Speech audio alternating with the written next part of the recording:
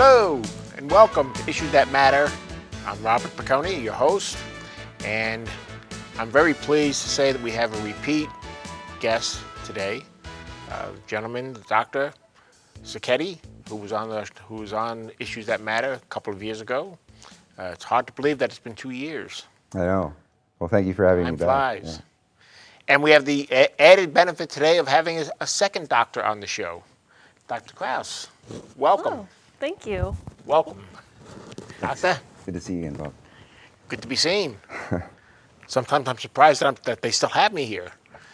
In any event, direct primary care. That's a new terminology in my world, you might say.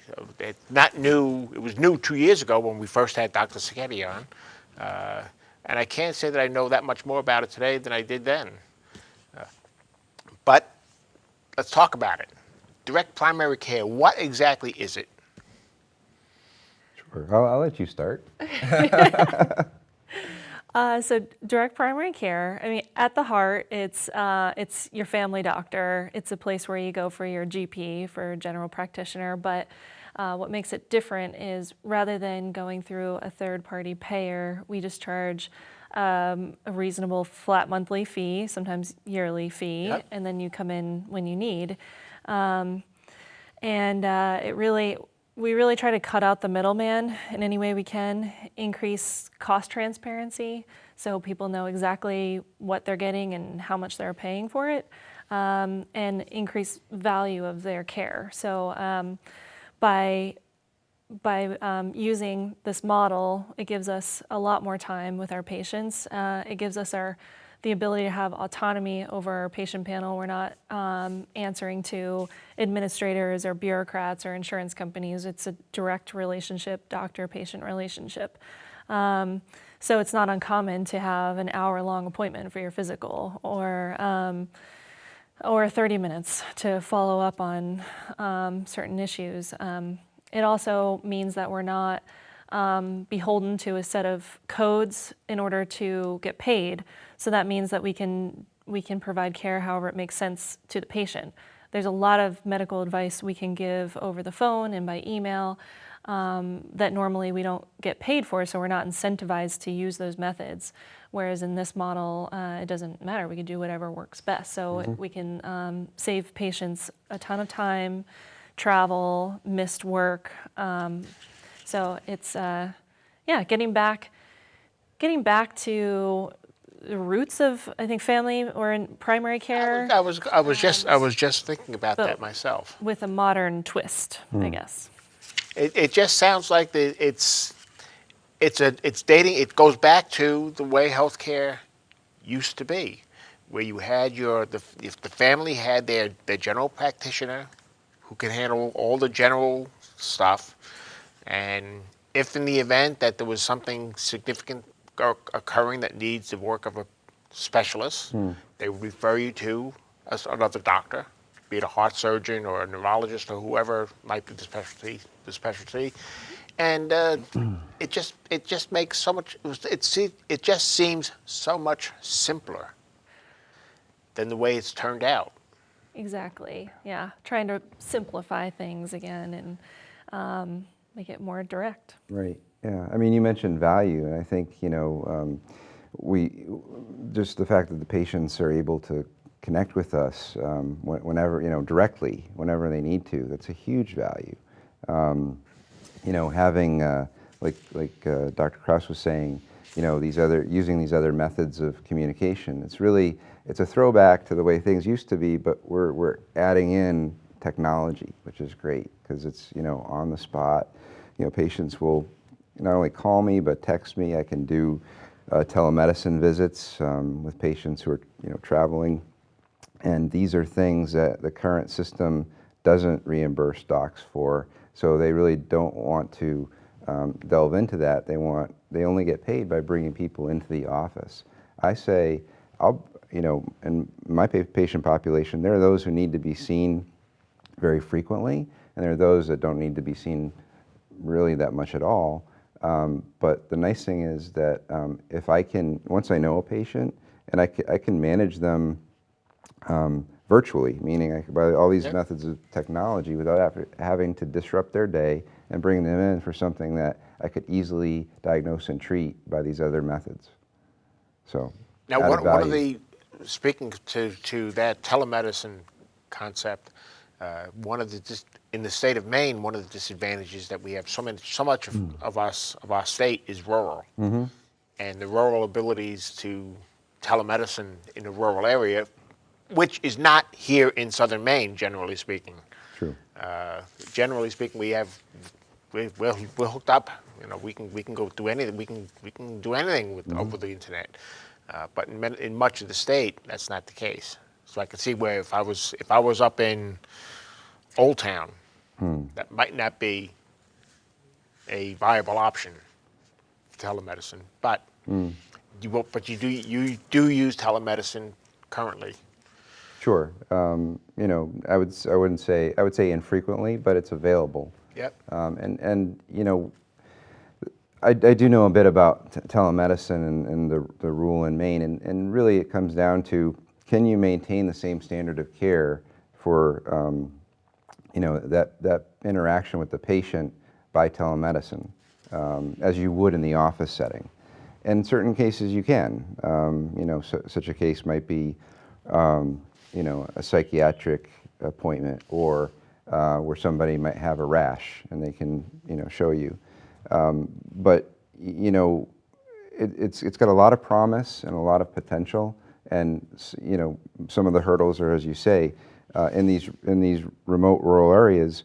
Do they have, you know, internet access? Do they even have a computer? And then who's going to be on the ground to be that person who listens to the chest for the doctor, Yep. or looks in the ears, or those things? And it is happening, but it's not happening in these remote areas where, you know, that need medical care. Where they need a good deal of bandwidth. Right. So I do know some things about computer technology, enough to be dangerous. Okay. Is there a movement towards direct primary care? Does it seem to be growing in stature and popularity? I'm going to chime in on this first, and then you can follow. I would say most definitely. I was just checking one of our websites.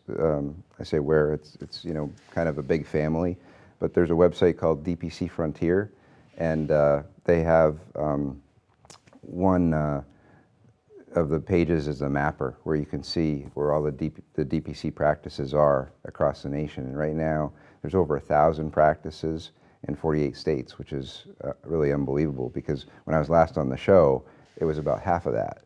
So How many practices are there here in the state of Maine?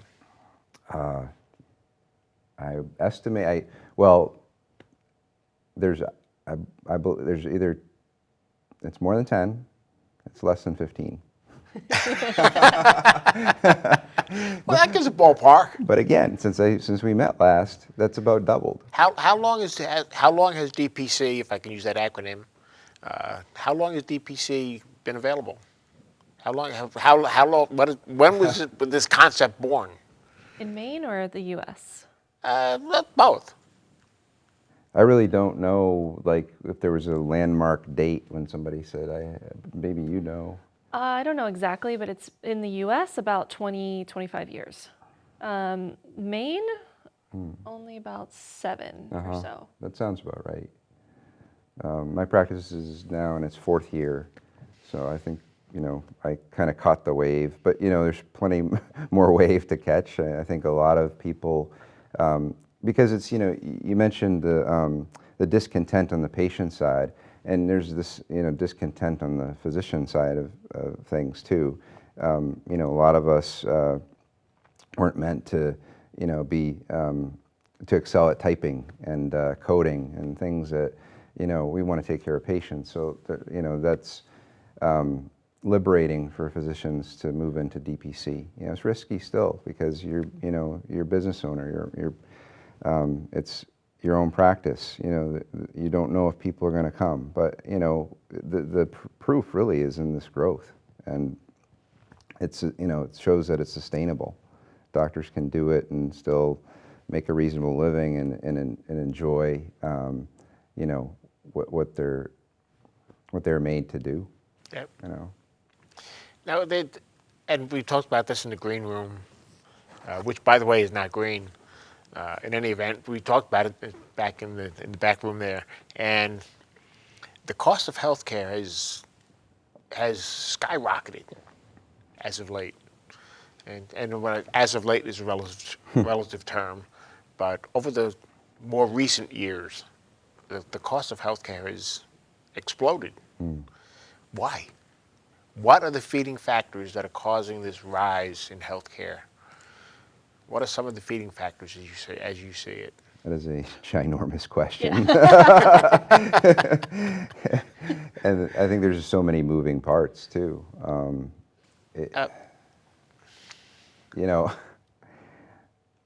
Let's start with just the observation that it's increased. We see that premiums are going up by double digits yearly. If you're an employer, you can see increases of 10 up to 15%. If you're an individual in the marketplace, it could be increases of 18 to 25%. It's insane. You mentioned we were talking about pharmaceuticals. Yep. And there's also reasons why those prices are climbing. But it's very complicated. I mean, I don't pretend to know all these moving parts. I know that there's, as it gets more complicated, there are more administrators, there are more paper pushers, coders. There's even companies now that are helping doctors to process prior authorizations on drugs. It's a whole new industry that's opened up. So the system is, it's because it becomes more complex, there's more money being spent in areas that aren't directly helping the patient. And one of the areas that I think you probably are referring to is the pharmacy benefit managers, which at one time I was involved in insurance in my career. I had never heard of the term pharmacy benefit manager. I thought it was a distribution system. My employer, who happened to be an insurance company, said, we can probably offer you prescription pharmaceuticals at a lower price if you use our essentially mail order system of send the prescription in and they'll mail it to your house. Makes it very convenient for you.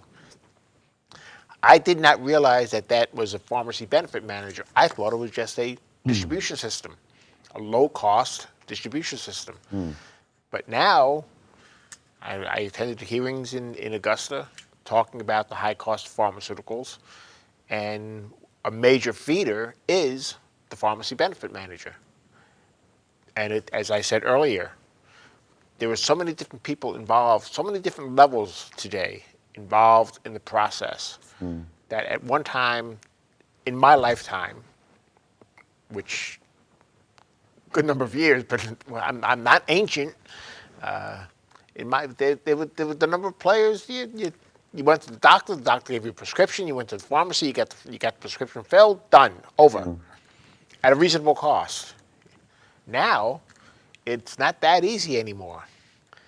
Now you go through a whole process, and if you're involved with a mail order, and now I don't know, it's True. beyond my ability to understand that. And I spent my career in insurance, and I have a difficult time understanding it.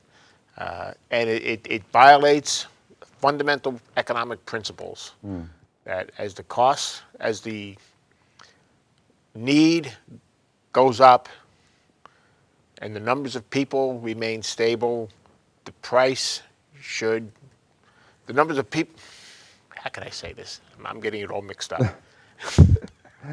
That's right. It violates the law of supply and demand. As the supply increases, and I'm talking about pharmaceuticals now, pharmaceutical products, as the supply increases, and the volume of need remains relatively stable, economically speaking, the price should be coming down. Well, that's you're assuming that the supply is going up. I mean, the truth of the matter is that the pharmaceutical industry, I make no secret Yeah. of it that I have multiple Well. sclerosis, and I use multiple sclerosis as my starting point, you might say. Okay. And relative to multiple sclerosis, when I was first diagnosed 35 years ago, there were no drugs that were MS specific. And I'm talking about drugs that will slow down the progress or theoretically, if we're not there yet, knock it out totally, but we have not yet found the cure. But we do have. Back when I was diagnosed, again, 35 years ago, there were no drugs that were MS specific. Now we have a host of drugs that are disease modifying therapies to slow down the progression. And those have increased over those 35 years. Yet the price continues to go up at a dramatic rate. And it's just my thinking, and I'm not involved. Obviously, I'm not involved in the pricing process, but my thinking is that there were just too many players involved. And at every level, somebody's getting a piece of the action. That's certainly one element. I just want to, I think maybe, like to start at the top of the food chain or the top of the supply chain, which is the pharmaceutical industry. And, I have a patient who, he's a statistician. He's done work for a few pharmaceutical companies, and including Pfizer. And he once said to me, when we were doing preliminary market research for Pfizer on Viagra, he said the company executives were floored that when they learned that the early market research showed they could get $10 per pill, and they thought it was going to be $1. So it's tenfold difference. So, these companies, yes, they need to make a profit, and where do they start?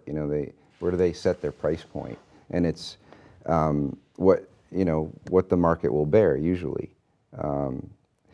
It gets convoluted, I think, when it goes from the pharmaceutical company, and then not directly to the pharmacy.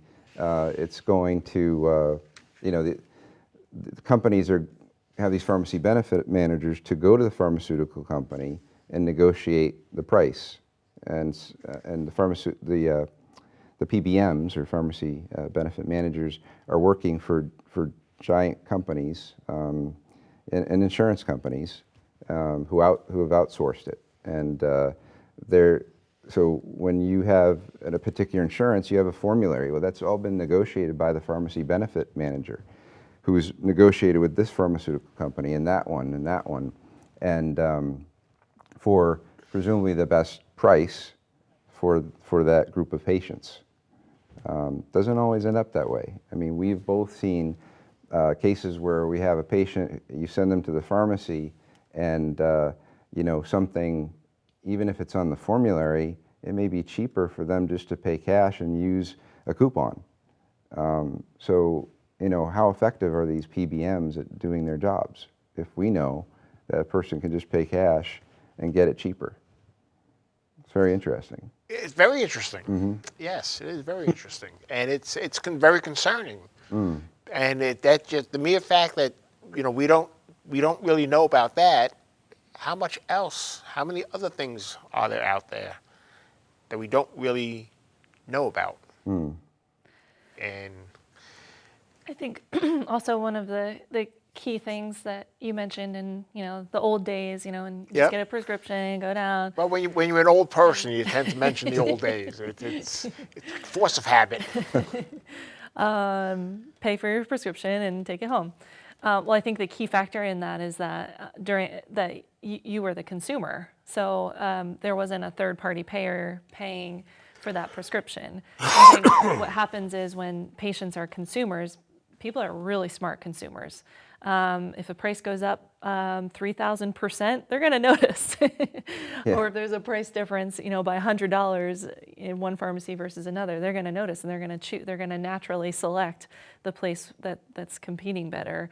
I think that obviously it's not that simple because a lot of drugs are just very expensive because of research and development and everything. But a lot of drugs, especially generic drugs, are very inexpensive. And when you take away cost transparency and any relationship with the consumer has on the system, all of a sudden it becomes this like nebulous area where no one really understands where to go, or what. They just go where they're told, where their insurance tells them to go, or their prescription is sent, and they just they pay their copay and they're out of the loop. And they could be paying, their insurance could be paying literally a $3,000 markup on a medication when they could be paying cash for pennies, get the same drug, and those are all affecting their premiums. I mean, nothing is free. Every time you use your insurance, it's impacting your premiums. So for the things that can be affordable and accessible to most people, why not just get the middleman out and go back to being the consumer and just paying up front for those pharmaceuticals? And you folks, as the primary care people, can cut out that middleman. Yeah, if I'm not Many times.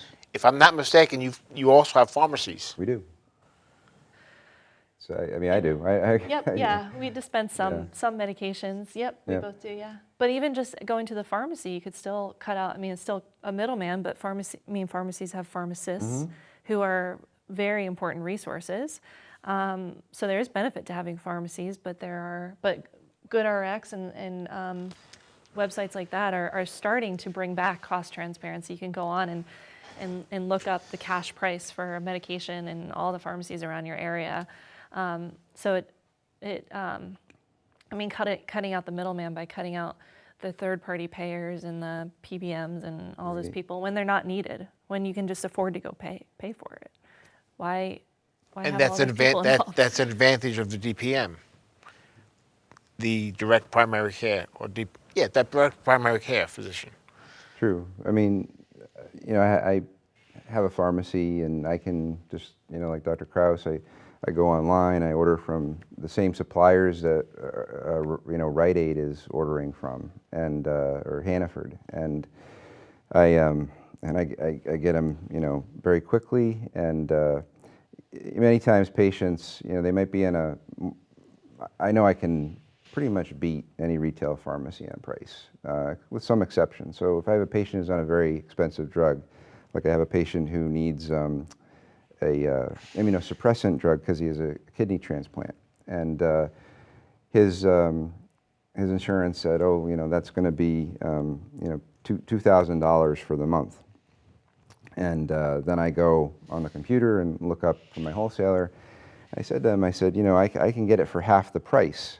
And he's like, oh, that's great. I'm going to take you up on that. But he said, we'll go towards my deductible. And I said, well, we don't work with insurance. So I said, well, find out if you can submit the invoice to your insurance company and have it count towards the deductible.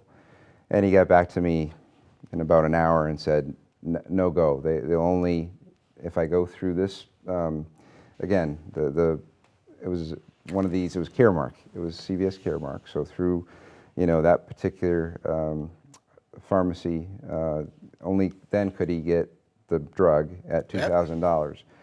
But the reason he didn't get it from me is that he was going to need that drug for the next 11 months. So he rather pay up front, and this is the game, people need to know about is, yes, maybe you can get it cheaper, but if it's not, if you're going to meet your deductible, sometimes it's better to pay, get the big hit up front. So down, a couple months from now, he won't have to pay at all. The insurance company will pay in full. So it's bizarre. It really is. It is. It's almost, in the old days you would have called it nonsensical. It's nonsense. It doesn't make sense. It makes no good sense. And the patient is the one who ends up paying the price. And that's the last person that can afford to pay that price. It just makes me wonder, though, if if he can get it from me for that, why can't a big giant company like that get him the same drug for the same amount or cheaper, and it's somebody's profiting, for sure, and talk about, I think there's a distinction between profit and greed, and I think that we're walking that fine line as a nation in the healthcare system. Well, you can't eliminate the profit motive. I mean, it's profit motive that ends up fueling the economy, trying to find more effective ways of doing things. But it just seems like we kind of lost focus, and we've let things happen that. And this is strictly my theory, which in some people's minds would be reason to question it to begin with. But it just seems like we've lost focus of what the primary cause of going to a doctor and going to a pharmacy is. It's to get the drugs at a reasonable price. But it just seems like it's such a complex web these days that just to find out all the players is a huge challenge. And I don't misguide myself to think that I know who all the players are. I don't. And if I don't, I suspect there's a lot of other people that don't. But getting back to the direct primary physician, I could see, I could see advantage. That's a step back in time, you might say, when times were much simpler. There's a big learning curve, and I won't pretend to know all the players either. But I do feel that I have more expertise in this area as far as helping my patients navigate a very convoluted system, and wasn't something that I would have ever learned had I still been working as a hospital-employed physician. I mean, that's kind of the last thing on your mind. Now, I have multiple sclerosis. I go to you with an issue, and let's turn the clock back. I go to you because I was having difficulty walking, and I never had that difficulty before. You see me, and you say, there's something going on here that might be a specialty. I don't necessarily have the training in my background already, so I want to refer you to a specialist. I think it's neurological, so I'm going to refer you to a neurologist. What's the process? It's pretty straightforward, actually. I mean, there's no real hurdles to that. I guess the only hurdle would be that because I'm not part of a hospital network. Yep. And I don't have a staff where I can just say, get this patient to this specialist, and sometimes there's more greasing of the wheels if you're part of a network, but that's really minimal. I mean, I refer patients to specialists all the time, and I'm not beholden to any hospital network. That's another nice thing. Oftentimes I think physicians who are hospital employed feel obligated to refer within. I know they do, and I'm looking for the best. I'm looking for the best resources for my patients, and if that means, a hospital that's not in my neighborhood, then that's where I'm going to send them. But the process is still the same. It's just that you don't. It's not as, I guess, automated. So you're in York. Mm-hmm. Yeah, obviously there's a hospital in York, right? Mm-hmm. In York. You have privilege at that hospital, I assume. Well, one might assume. I actually gave up my privileges. I had privileges with Southern Maine and York. Okay. I found them to be, quite frankly, useless, because to stay on medical staff, I'd have to pay the annual dues, and the other thing is all these hospitals have hospitalists now. that care for patients. So even if you're part of that hospital system and you're practicing primary care and the office, let's say it's in York, and your patient's sick and they go to York Hospital, it's the same as whether you be hospital employed or not hospital employed. The hospitalist, the doctors like us who work in the hospital and deal with just people in the hospital, take on those patients. My goal is to keep my patients out of the hospital in the first place. What was that? My goal is to keep them out of the hospital in the first place. Well, that's a good goal. And I think I do in a lot of ways. But it's not. I've not seen it. It's not been a deficiency to not be part of that. The medical staff. In the old days, doctors would be seeing their patients in the office and going to the hospital and doing hospital rounds. I could still do that in York. I probably couldn't at Southern Maine. So I could, if I really wanted to, I could get back on medical staff. But here's the issue. I mean, the in the hospitals has become super complex as well, as far as filling out paperwork. And there are rules now that apply to how long a person can stay in the hospital. It's become cumbersome, and I'd have to take a refresher course to just get back into that. That has nothing to do with taking care of the patient. Just what system changes have happened, in the few years that I've been out of the hospital, and there's been a lot in terms of what Medicare and private insurance dictate. Dr. Kraus, your thoughts? What was the original question? I think it had to do with the privileges, and we started with referrals, and then Yes, we moved on. yeah. I go to you. I have a problem. I don't know what the problem is. I'm not diagnosed yet. Yeah. I go to you. You talk to me. You examine me, and you say, you know what? I think you need to see a neurologist. Yes. Yeah. So one of the great benefits of being in direct primary care is that you really have a doctor that's truly on your side, someone that's looking out for you in every way possible, medically and financially.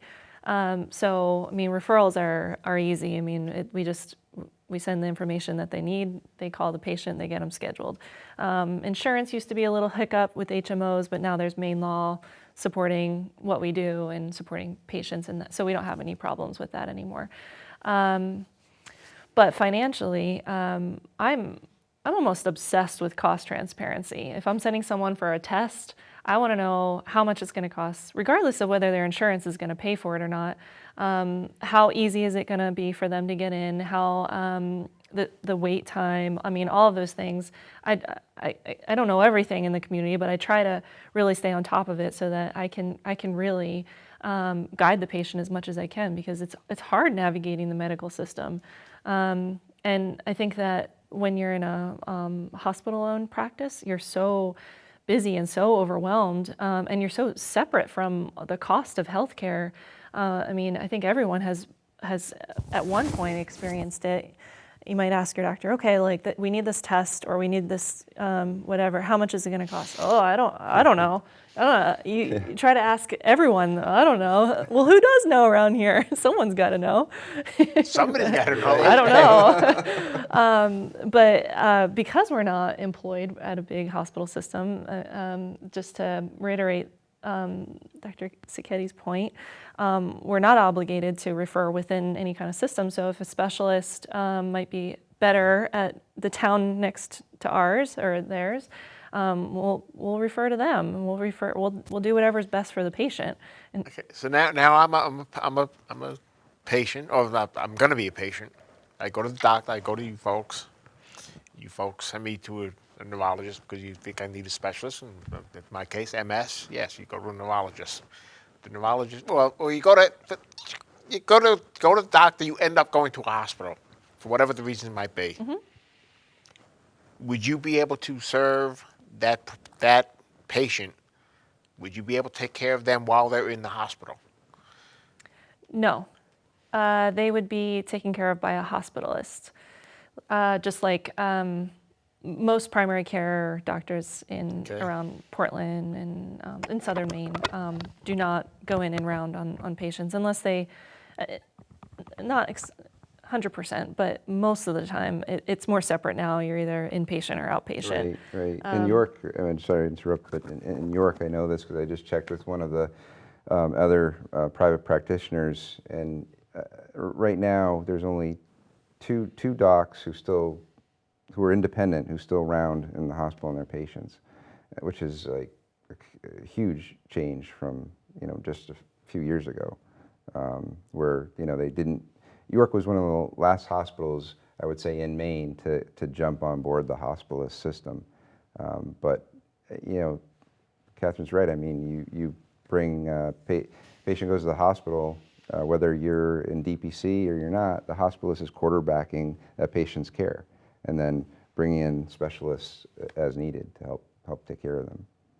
And honestly, I mean, there's pluses and minuses to both, but hospitalists, I mean, that's all they do every day, all day. And hospital care is getting more and more complicated. And frankly, I don't think I could keep up just seeing a patient here and there. I think I'd rather have a hospitalist care for my patient in the hospital. The downside is that they don't know the patient other than that stay, and it's the transition, I think, is like the biggest risk factor. Making sure that when the patient leaves the hospital, they're going to get the follow-up they need, all the testing they need, which is really easy when it's the same doctor in an outpatient. But what's nice about our practice is that we're so small and so intimate that we know every one of our patients. Our receptionists know every one of our patients on a first name basis. So it's really, when someone is in the hospital, I mean, we're on top of it. Right. We're like, yeah, we're we getting know in. exactly. Yeah. We usually the call comes to us first. It could be from a spouse or a child saying, what should I do? The patient themselves, what should I do? And then, it's either call the paramedics or drive so and so to the hospital. So I mean, we've got a pretty good alert system in a lot of ways. I mean, because patients can connect with us automatically, and family members know that too. The transitions, like Dr. Kraus was saying, that's the problem whether you're employed by the same hospital, as the hospitalist or not, because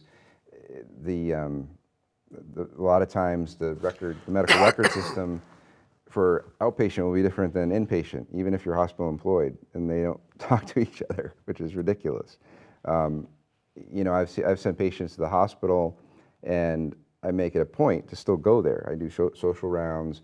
I check with the hospitalist. Okay, what meds are they on? Just to be sure that that med list is not an old med list from 5 years ago. Yep. That's where mistakes happen. It's the complexities astound me. They really do. I mean, I always pictured a doctor being able to go to a hospital to not go to the hospital as a patient, but go to the hospital to see a patient of his or hers. But it's not that simple anymore. And things are constantly changing, guidelines and not for the best better. practices.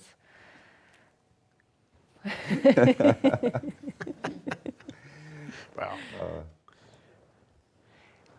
what else? What would you say is the primary reason why a person should take a look at the direct primary care? I'm going to let Catherine start with this. I think that I think the value really comes up first. Like the value of having a doctor that is your doctor. You're not going to see someone different every time you go in and have to explain your problem to someone else that knows nothing about it every time. You're not going to call on the weekend and get a call center and then wait, for however long to talk to a doctor that doesn't know you. Where I see the advantage is And I go back to the old days. They called them a GP back then. Now maybe we call them direct primary care, but they're essentially the same thing. The doctor knows the patient. The doctor knows how the patient thinks. The doctor knows what's important to the patient. The doctor also knows what the general health is of that patient. In today's world, we're too quick to go to the emergency room, where the doctor knows nothing about the patient, and they're making judgments with minimal knowledge, and it just strikes me as being something that has to be beneficial. To have the doctor know the patient, not just today, but know the patient 10 years ago or 5 years ago. It just seems to make so much sense until you get dollars and cents. Right. But even there, it may well be a money saver. I True, don't true. know. No, right. I think of it as like, the intrinsic, there's the intrinsic value, there's the extrinsic value. I mean, I like to think we provide both, this more, deep-rooted connection, accessibility, and then, which, some patients, they may pay, 100 times as much as I charge for that. I've had patients tell me that I'm inexpensive for what I bring, and other patients, may be scraping by, but they see the value, that matters to them. When I say extrinsic value, I mean the things we were talking about, like the money saving with the prescriptions. I mean, there have been times where, I can say I've patients for their yearly fee with me have saved more with medication, just using my practice. So they've paid for their fee, just by using my pharmacy, which is pretty amazing. Yeah, most of my patients, just from the annual physical and the labs that we do from that, either PAP or cholesterol panel or whatever, that alone, the value of that is about equivalent to a year's worth of membership if they were to go to, a hospital-owned clinic or something. So, plus, like we try to offer ancillary services that are really geared towards keeping people healthy. Like I have yoga classes in my practice that are included in the monthly fee. So if you go once a week to a yoga class, that alone, you basically are paying for your yoga and getting your doctor for free. That's what one of my patients came up with. That's fantastic, and I'll tell you, my wife loves that concept.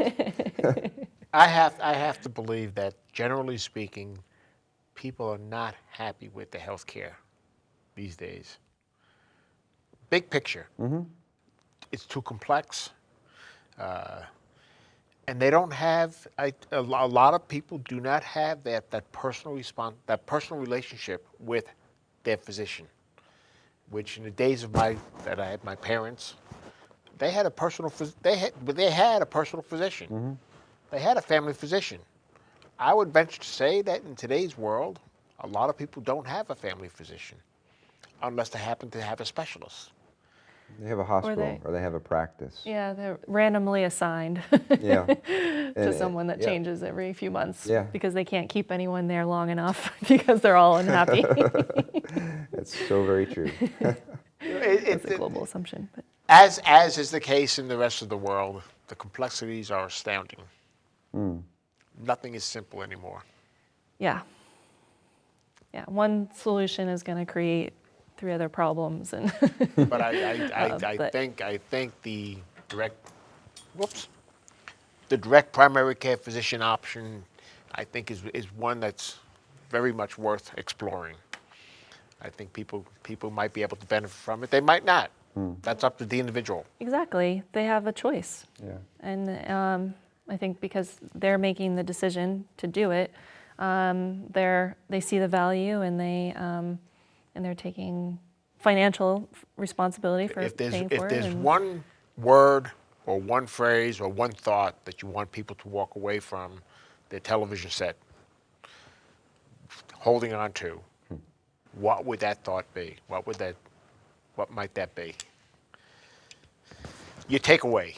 Well, I'd say patient-centered value. That would be just off the top of my head.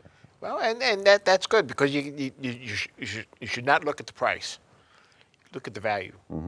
What are you getting for your money? That's the key. And with that, I want to thank both of you for appearing on Issues That Matter. I think we've had an informative show. I enjoyed it. I'd like to think that you enjoyed it. And I would also like to say that I am not a fan of one and done, as is proven by the fact that Dr. Cecchetti's been on the show before, and we reached out to him again, and I would look forward to reaching him out to him in the future, as well as you, Dr. Kraus. So I want to wish you both excellent luck for the future. I very much enjoyed having you on the show. Thanks so much, Bob. Appreciate You're it. welcome. Thank you. Pleasure meeting you. Appreciate it. And that's it, folks. I think that's a wrap. Have yourselves a wonderful day. Bye-bye.